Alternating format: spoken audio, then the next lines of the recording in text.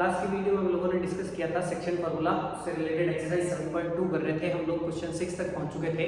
आज की वीडियो में हम रिमेनिंग जो क्वेश्चन है हमारा 7, 8, 9 एंड 10 इसको कंप्लीट करके as per the reduce syllabus जो हमारा चैप्टर है कोऑर्डिनेट ज्योमेट्री उसको कंप्लीट करेंगे। तो 7th क्वेश्चन में जब आप लोग पढ़ेंगे तो 7th क्वेश्चन में आपके पास दे रखा है AB is the diameter of circle whose centre is O। आपके पास एक सर्किल दे रखा है जिसका डायमीटर जो है वो AB है और उस सर्किल का सेंटर जो है वो आपके पास O है। सेंटर की कोऑर्डिनेट आपके पास में गिवन है, सेंटर की कोऑर्डिनेट है 2, -3। आपके दे रखा है क्वेश्चन के अंदर की एक सर्किल है जिसका डायमीटर AB है, सेंटर के कोऑर्डिनेट भी गिवन है और डायमीटर के जो कॉर्नर है जो वर्टिसेस दे रखे हैं B के कोऑर्डिनेट है आपके पास 1, 4। आपको A के कोऑर्डिनेट जो है वो फाइंड करने हैं with the help of section formula और with the help of mid point formula. तो हमारे पास सेंटर के कोऑर्डिनेट है, B के कोऑर्डिनेट है और हमें A के कोऑर्डिनेट फाइंड करने हैं। तो अगर आप लोग नोटिस करेंगे तो यहाँ पे ये सेंटर दे रखा है O से अगर आप B को देखते हैं, ये भी रेडियस है सर्किल की, और O से अगर आप A को नोटिस करेंगे तो OA और OB both are the radii of circle. दोनों जो है वो एक सर्किल की रेडियस है। रेडियस है that means O is the mid point of AB। ये डिस्टेंस भी इक्वल है, ये डिस्टेंस भी इक्वल है, ये भी रेडियस है और ये भी रेडियस है। That means O is the mid point of AB। तो इस लाइन को हम यहां मेंशन कर देते हैं कि O is the mid point of AB। अगर O AB का मिड पॉइंट है तो मिड पॉइंट का फार्मूला हम लोगों ने फर्स्ट वीडियो में डिस्कस किया था और लास्ट वीडियो में भी जो हमने क्वेश्चन नंबर 6 किया था जिसमें मिड पॉइंट फार्मूला का यूज किया था। अगर आप इसे देखेंगे तो मिड पॉइंट फार्मूला के जो इनिशियल कोऑर्डिनेट दिए थे हमारे x1 y1, जो कॉर्नर के कोऑर्डिनेट थे वो थे हमारे पास x2 y2 एंड जो मिड में लिख रखा था that is our x and y। x1 y1 x2 y2 और बीच का जो मिड पॉइंट था आपका वो था x और y, और x और y फाइंड करने के लिए जो हमारे पास फार्मूला था मिड पॉइंट का that is x is equals to x1 plus x2 divided by 2 and similarly y is equals to y1 plus y2 divided by 2।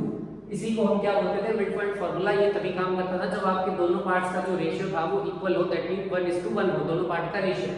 तो O सेंटर था, AB डायमीटर था, OA और OB दोनों radius थी, that means O is the mid point of diameter.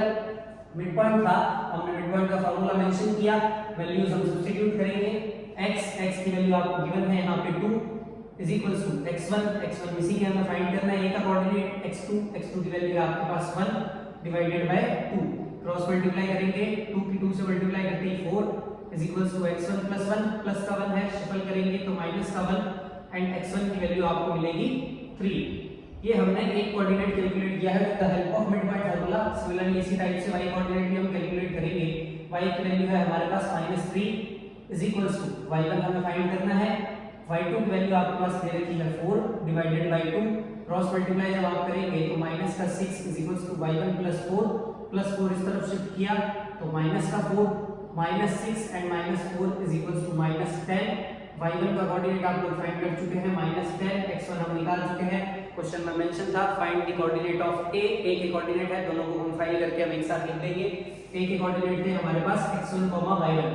x1 है हमारे पास 3, y1 है हमारे पास -10। या आपका A का कोऑर्डिनेट फाइंड करना था। एमसीक्यू की फॉर्मेट में भी ये पूछा जा सकता है और वेरी शॉर्ट में भी ये क्वेश्चन आपसे पूछा जा सकता है। 8th क्वेश्चन जब आप देखेंगे तो 8th क्वेश्चन में आपके पास दे रखा है अ लाइन सेगमेंट AB एक लाइन सेगमेंट दे रखा है, P lies on the line segment AB। आपको क्वेश्चन में मेंशन है कि P एक कोई एनी पॉइंट है जो कि लाइन सेगमेंट AB के ऊपर ही लाई करता है such that AP is equals to 3/7 times of AP। AP जो है वो आपको दे रखा है 3/7 है किसका, AB का, और we have to find the coordinate of point P। आपको पॉइंट P के कोऑर्डिनेट जो है वो फाइंड करने हैं। तो डायग्रामेटिकली सिचुएशन को रिप्रेजेंट किया, A और B दोनों आपके पास लाइन सेगमेंट के कॉर्नर दे रखे हैं। उसने बोला है P is any point on the line segment AB। P जो है वो AB के ऊपर ही है और एक सिचुएशन दी है such that AP is equals to 3/7 of AB। अब जब भी हम सेक्शन फार्मूला या मिड पॉइंट फार्मूला लगाते थे तो हमारे पास इन दोनों पार्ट का इंडिविजुअल रेशियो होना चाहिए। रेशियो दैट मींस तुम्हें रेशियो चाहिए A से P तक एंड P से B तक। AP और PB का रेशियो चाहिए। AP है आपके पास, PB नहीं है। तो यहाँ पे मैं अगर इसकी क्रॉस मल्टीप्लाई करूँ, 7 की इस तरफ AP से मल्टीप्लाई किया आपने, दैट इज 7AP। 7 की क्रॉस मल्टीप्लाई 7AP, 3 अपनी जगह AB है। AB को क्या हम ब्रेक करके AP प्लस PB लिख सकते हैं, बिल्कुल लिख सकते हैं। A से B तक जो दे रखा है इसको मैंने दो पार्ट में ब्रेक कर दिया, that is AB plus PB। सामने आपके पास 7 की इस तरफ जो क्रॉस मल्टीप्लाई आप करवा चुके हैं 7AB, 3 की जगह 3, AB को हमने दो पार्ट में ब्रेक कर दिया, AP और PB, क्योंकि हमें जो रेशियो चाहिए AP और PB का ही चाहिए। तो 7AP 3 की मल्टीप्लाई 3AP, 3 की मल्टीप्लाई PB से करेंगे तो 3PB। यहाँ तक हम कैलकुलेट कर चुके हैं। 3P पॉजिटिव है, इस तरफ आप शिफ्ट करेंगे तो नेगेटिव 3P इधर आएगा, तो 7AP में से 3AP चला गया, 7AP में से 3AP जाती है, आपके पास बचेगा 4AP एंड सामने है आपके पास 3PB। 3AP पॉजिटिव था, इस तरफ शिफ्ट किया है नेगेटिव, 7AP में से 3AP गया, 4AP is equals to 3PB। AP और PB का रेशियो जब निकालना है तो ये AP अपनी जगह पे है, PB यहाँ नीचे डिवाइड में, सामने 3 अपनी जगह, ये 4 चला नीचे डिवाइड में, PB को इस तरफ नीचे डिवाइड में और 4 को उस तरफ नीचे डिवाइड में हमने शिफ्ट किया है। यहाँ पे AP और PB का रेशियो आप निकाल चुके हैं जो कि है 3:4। A से P तक 3, P से B तक 4, तो AP और PB का जो रेशियो है वो हम इस प्रोसेस से निकाल चुके हैं, दैट इज 3:4। सबसे पहले हमने क्या किया, क्वेश्चन में हमारे पास एक इंफॉर्मेशन गिवन थी कि AP is equals to 3/7 times of AP। हमने 7 की क्रॉस मल्टीप्लाई कराई और जो AP था उसको दो पार्ट में ब्रेक करके AP प्लस PB लिख लिया, देन सिंपलीफाई किया, AP को एक तरफ कर दिया, BP सामने रख दिया, वेरिएबल एक तरफ और नंबर एक तरफ करके हमने रेशियो कैलकुलेट किया है। अब हमारे पास रेशियो है, A के कोऑर्डिनेट भी है, B के कोऑर्डिनेट भी है और हमें P के कोऑर्डिनेट फाइंड करने हैं, तो we have to use section formula. Section formula add करने का मैंने आपको तरीका बताया था। अगर आपको x का फार्मूला ऐड करना है, आप दो बार लिखेंगे mx divided by m1 plus m2, numbering करेंगे 1 2 2 1, वैल्यू सब्स्टिट्यूट करेंगे, हमें xy फाइंड करना है, रेशियो हम m1 और m2 कैलकुलेट कर चुके हैं 3 and 4। m1 की वैल्यू है आपके पास 3, m1 की वैल्यू है 3, m2 की वैल्यू है 4। अब x2 ये थे हमारे x1 y1 and these are x2 y2, ये x1 y1 ये x2 y2, x2 की जगह कितना है 2, x2 की जगह 2, m2 हमारे पास क्वेश्चन में 4, x1 की वैल्यू कितनी है माइनस का 2, सिंपलीफाई करते हैं 3 × 2 6, 4 की -2 से माइनस का 8, 3 + 4 7, x की वैल्यू आप लोग कैलकुलेट कर चुके हैं माइनस का 2/7। सिमिलरली हम y का फॉर्मूला अप्लाई करेंगे सेम फॉर्मेट में, my + my divided by m1 + m2, फिर लेबलिंग कर देंगे 1 2 एंड 2 1। कोऑर्डिनेट y के कैलकुलेट करेंगे, m1 हमारे पास 3, y2 x2 y2 की वैल्यू कितनी है आपके पास माइनस का 4 प्लस m2 है हमारे पास 4, y1 के कोऑर्डिनेट है माइनस का 2 divided by m1 + m2 3 + 4, simplify कर देते हैं, 3 की -4 से माइनस का 12, 4 की -2 से 8 डिवाइडेड बाय 7, y = -12 और -8 माइनस का 20/7। p के कोऑर्डिनेट फाइंड करने में हमें p जो कोऑर्डिनेट था वो बीच वाला तो था जो एक लाइन सेगमेंट को दो पार्ट में डिवाइड कर रहा था, उसके कोऑर्डिनेट आप लोग निकाल चुके हैं। x की वैल्यू है -2/7, y की वैल्यू है -20/7, कोऑर्डिनेट मिक्स करके लिखेंगे तो -2/7, -20/7। ये क्वेश्चन आपके आरपीएससी और सीबीएसई दोनों में एग्जाम के पॉइंट ऑफ व्यू से बहुत ज्यादा इंपॉर्टेंट है, काफी बार इस टाइप का क्वेश्चन पूछा जाता है, यहाँ पे नंबरिंग चेंज करके भी पूछा जा सकता है। 9th क्वेश्चन जो है इसके सिमिलर हम सेकंड क्वेश्चन कर चुके हैं, जिसमें आपको दे रखा था एक लाइन सेगमेंट है, उसके आपको ट्राई सेक्शन के कोऑर्डिनेट फाइंड करने थे। ट्राई सेक्शन का मीनिंग उस लाइन को 3 इक्वल पार्ट्स में डिवाइड करने वाले जो भी पॉइंट्स है उनके कोऑर्डिनेट हमें फाइंड करने थे। 9th में बस इतना ही, आपके पास 3 इक्वल पार्ट्स नहीं है, क्वेश्चन में मेंशन किया है find the coordinate of points that divides the line into 4 equal parts. इस बार आपको 4 इक्वल पार्ट्स में डिवाइड करना है, तो ये हमने लाइन को 4 इक्वल पार्ट्स में डिवाइड कर दिया है, तो 4 पार्ट में डिवाइड कर रहे हैं, दैट मींस आपको 3 कोऑर्डिनेट फाइंड करने हैं। You have to find coordinate of p q and r। आपको p q और r के कोऑर्डिनेट फाइंड करने हैं, और मैंने पहले भी आपको एक बात बता चुकी है लास्ट के दोनों वीडियो के अंदर, इक्वल पार्ट्स में डिवाइड कर रहा है, दैट मींस ये सारे रेशियोज जो है वो क्या होंगे 1:1:1:1। लास्ट के वीडियो में हम डिस्कस कर चुके हैं ये रेशियो 1:1:1 का रीजन, उससे लास्ट वीडियो में भी हम लोग डिस्कस कर चुके हैं सेकंड क्वेश्चन के अंदर। तो रेशियो आपके पास दे रखा है 1:1:1:1, a और b के कोऑर्डिनेट दे रखे हैं, लिखा है आपको जो लाइन को 4 इक्वल पार्ट में डिवाइड कर रहे हैं उन पॉइंट्स के कोऑर्डिनेट कैलकुलेट कीजिए। तो हमें p के कैलकुलेट करने हैं, q के कोऑर्डिनेट करने हैं और r के।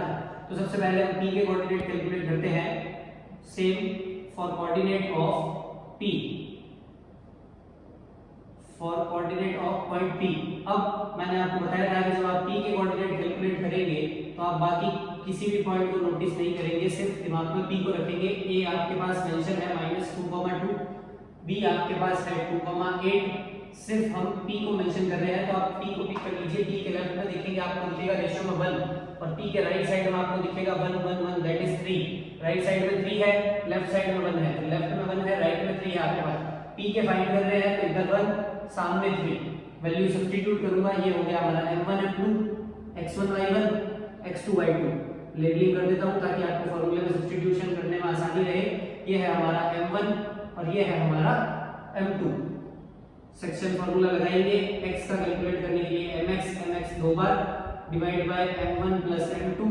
सिमिलरली y अगर आपको कैलकुलेट करना है my दो बार divide by m1 plus m2। Labelling कर देंगे 1 2 2 1, इधर भी लेबलिंग कर देंगे 1 2 एंड 2 1।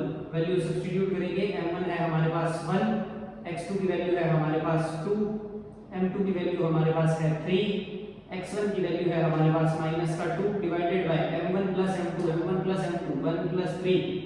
x की वैल्यू आपको कैलकुलेट करने हैं तो 2 -6 divided by 4, 2 - 6 that is -4 divided by 4 that is -1। ये हमने x कोऑर्डिनेट निकाला है। सिमिलरली y कोऑर्डिनेट भी कैलकुलेट करते हैं।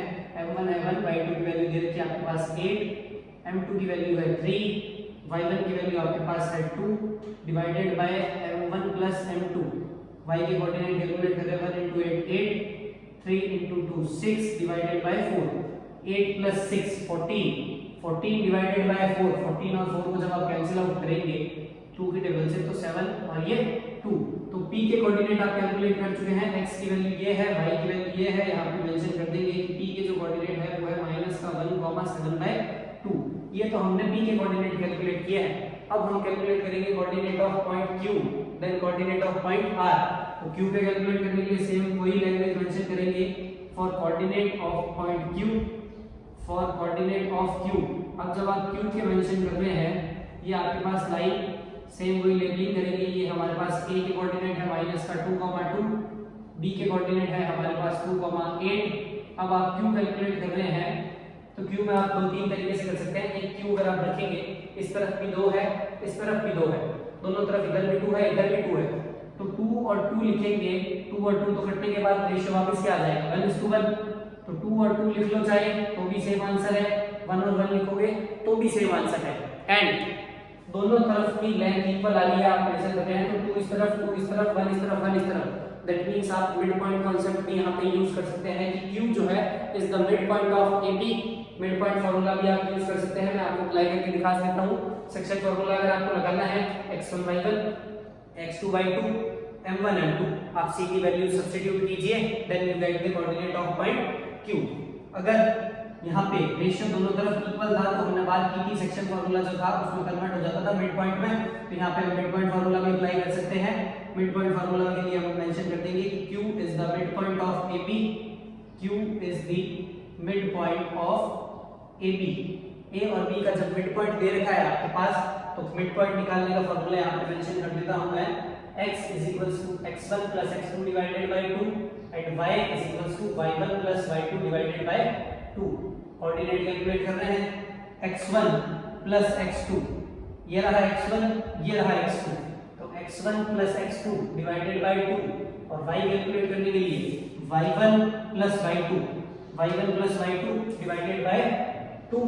सिंपलीफाई करते हैं तो x का कोऑर्डिनेट -2 + 2 कितना हो गया आपके पास 0 एंड y का coordinate 2 + 8 10 divided by 2 that is 5। तो q के कोऑर्डिनेट आप निकाल चुके हैं 0,5। अब आपको कैलकुलेट करने हैं coordinate of point r। Same language mention करेंगे कोऑर्डिनेट ऑफ पॉइंट r। अब r के आप लोगों को कोऑर्डिनेट कैलकुलेट करने हैं, सेम लेबलिंग करेंगे। ये रही हमारे पास लाइन, जो लाइन सेगमेंट था हमारे पास। a के कोऑर्डिनेट हमारे पास गिवन है, b के कोऑर्डिनेट गिवन है। इस बार हमें r के फाइंड करने हैं। तो जब आप r को देखेंगे, लेफ्ट साइड में पोर्शन दिखेगा 3, राइट साइड में पोर्शन दिखेगा 1। लेफ्ट में है 3, राइट में है 1, सारी वैल्यूज है। ये 3 और 1 रेशियो आ गया। ये आपका m1 है, ये आपका m2 है। a के कोऑर्डिनेट है, b के कोऑर्डिनेट है। सेक्शन फार्मूला लगाएंगे इस तरीके से, बस 1:3 की जगह इस बार आपके पास 3:1 हो चुका है। आप सेक्शन फार्मूला लगाएंगे and then you will get the coordinate of point r। Point r के कोऑर्डिनेट जो है आपको फाइंड करने थे। तो क्वेश्चन में हमने p, q और r तीनों के कोऑर्डिनेट फाइंड कर लिए। क्वेश्चन में मेंशन था कि एक लाइन सेगमेंट पे उन सभी पॉइंट्स के कोऑर्डिनेट फाइंड कीजिए जो एक लाइन सेगमेंट को 4 इक्वल पार्ट में डिवाइड करता है। और इसी के साथ हम लास्ट क्वेश्चन के ऊपर बात करते हैं। लास्ट क्वेश्चन आपके पास 10th दे रखा है A, B, C and D are the vertices of rhombus taken in order respectively. Taken in order respectively का मतलब है कि ये सारे के सारे जो है वो फ्लो में चलने चाहिए। ऐसा नहीं है कि आप A, B, C कहीं पे भी लिख रहे हैं, D कहीं पे भी, एकदम पूरा ये फ्लो में चलना चाहिए। तो A अगर आप यहाँ लिखते हैं तो A, B, C, D, या फिर A यहाँ लिख रहे हैं तो A, B, C, D, मतलब बीच में ब्रेक नहीं आना चाहिए कि आप A यहाँ लिख रहे हैं, B यहाँ, C इस तरफ लिख रहे हैं, D इस तरफ, A, B, C, D सब लाइन से चलने चाहिए। अब आपको पूछा जा रहा है एरिया ऑफ रोम्बस, तो इससे रिलेटेड मैं एक एक्स्ट्रा क्वेश्चन भी आपको बता देता हूँ। आपसे रोम्बस की जगह रेक्टेंगल का भी एरिया पूछा जा सकता है एंड रोम्बस की जगह आपसे स्क्वायर का एरिया भी पूछा जा सकता है।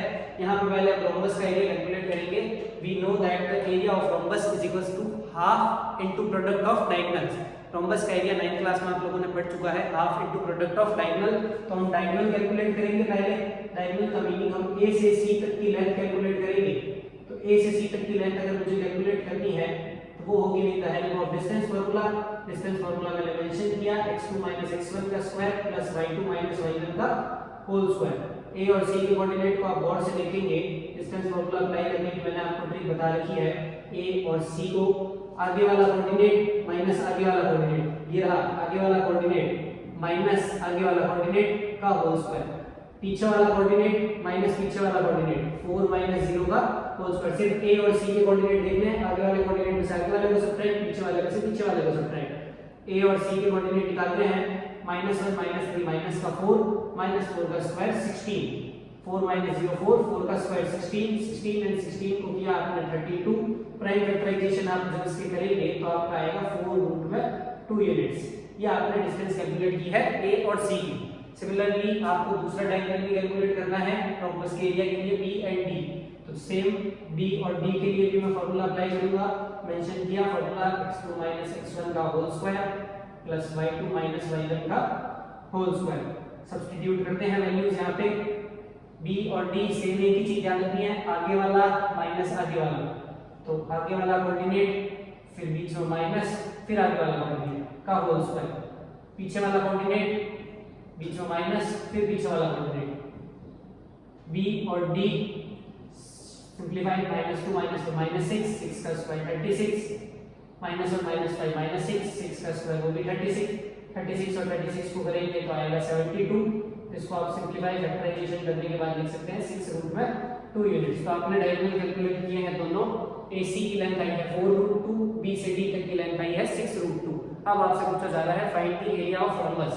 तो यहाँ पे हम मेंशन करेंगे area of rhombus is equals to half into product of diagonals. Diagonals है AC और BD का product, half into AC into BD। ये रोम्बस के एरिया का फार्मूला। हाफ A से C तक कितना निकाल चुके हैं आप लोग, 4 रूट 2 मल्टीप्लाई BD की वैल्यू आप निकाल चुके हैं 6 रूट 2। सिंपलीफाई करेंगे 2 की टेबल से 4 को कैंसिल आउट किया 2। अब मल्टीप्लिकेशन 6 into 2 12 और रूट 2 की रूट 2 से 2, 12 और 2 कितने हो गए आपके पास 24। नॉर्मल मल्टीप्लिकेशन रूट 2 की रूट 2 से 2, 2 की 2 से 4, 4 की 6 से 24।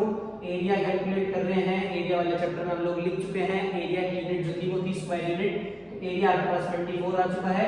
यूनिट मेंशन करने के पीछे स्क्वायर यूनिट्स का मतलब centimetre square, metre square, millimetre square या फिर किलोमीटर स्क्वायर। या आप लोग रोम्बस का एरिया कैलकुलेट कर चुके हैं। अब एक्स्ट्रा में एडिशनल के लिए आप ध्यान रखिए, यहाँ पे 2 चीजें मैं और बता देता हूँ कि इसमें अगर आपको ये बोला जाए कि आपके पास में ये जो फिगर है चार वाली, ये रेक्टेंगल दे रखी है। अब बोले आपको कि आप कैलकुलेट करके दिखाइए रेक्टेंगल का एरिया। तो आप लोगों को पता है रेक्टेंगल का जो एरिया था वो था लेंथ इनटू ब्रेड्थ। आपको A से B तक की डिस्टेंस कैलकुलेट करनी है, आपको B से C तक की डिस्टेंस कैलकुलेट करनी है। ये आपके एरिया निकल जाएगा किसका, रेक्टेंगल का। अगर आपको रेक्टेंगल की जगह स्क्वायर दिया जाए A B C and D, square का एरिया आप लोगों को पता है साइड इनटू साइड या फिर साइड स्क्वायर। तो आप कोई भी एक साइड कैलकुलेट कीजिए, स्क्वायर के all sides are equal. AB calculate कीजिए डिस्टेंस फार्मूला से और उसके ऊपर क्या लगा दीजिए, स्क्वायर। तो रेक्टेंगल का भी एरिया पूछा जा सकता है, स्क्वायर का भी एरिया पूछा जा सकता है और रोम्बस जो है वो इसके अकॉर्डिंग आप कैलकुलेट कर दिया डायगोनल के अकॉर्डिंग। तो इसके साथ ही हमारा chapter 7 coordinate geometry as per the reduced syllabus complete हो चुका है। नेक्स्ट के वीडियो में जो है हम नया चैप्टर जो है वो डिस्कस करेंगे।